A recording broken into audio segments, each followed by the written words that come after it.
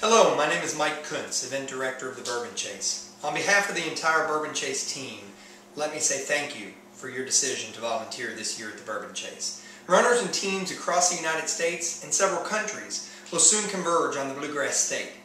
It's more than just a great time, though. The Bourbon Chase will raise over $100,000 for our charities of choice this year.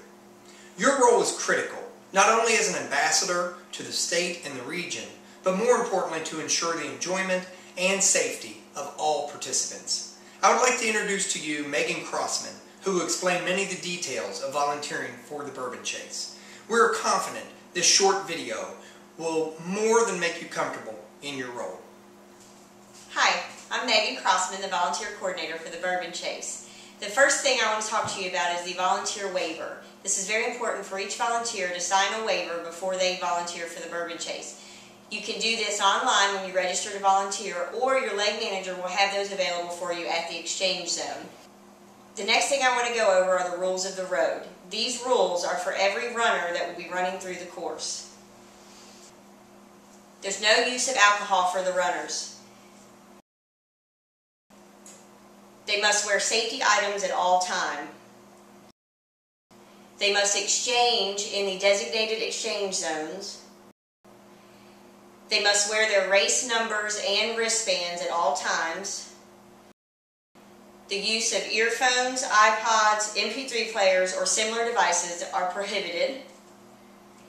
And the runners have been told to respect the volunteers of the Bourbon Chase. Now I'd like to tell you a little bit about each role that will happen at the exchange zones. First, there's the leg manager. The manager oversees the volunteers, troubleshoots, and communicates with the regional director. The spotter will spot the incoming runner and yell out the runner numbers to the recorder. The recorder is responsible for recording the time that the runners run through the exchange zone.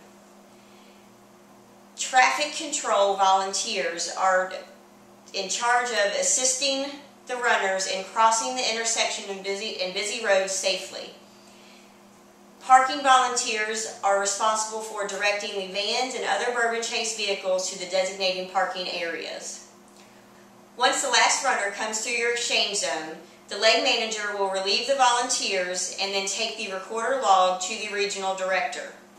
There is an incident and injury report that is listed on the back of the recorder's log. If at any point a runner is injured, whether it be they fall down and scrape their knee or as severe as breaking a leg, this injury must be reported on the back of the recorder log. That will be given again to the regional director at the end of the exchange zone shift. There is a PowerPoint presentation on the Bourbon Chase website under the volunteer tab that you can take a look at, and it will explain each and every role in detail just as I've done here today. Again, thank you very much for your participation in this year's chase.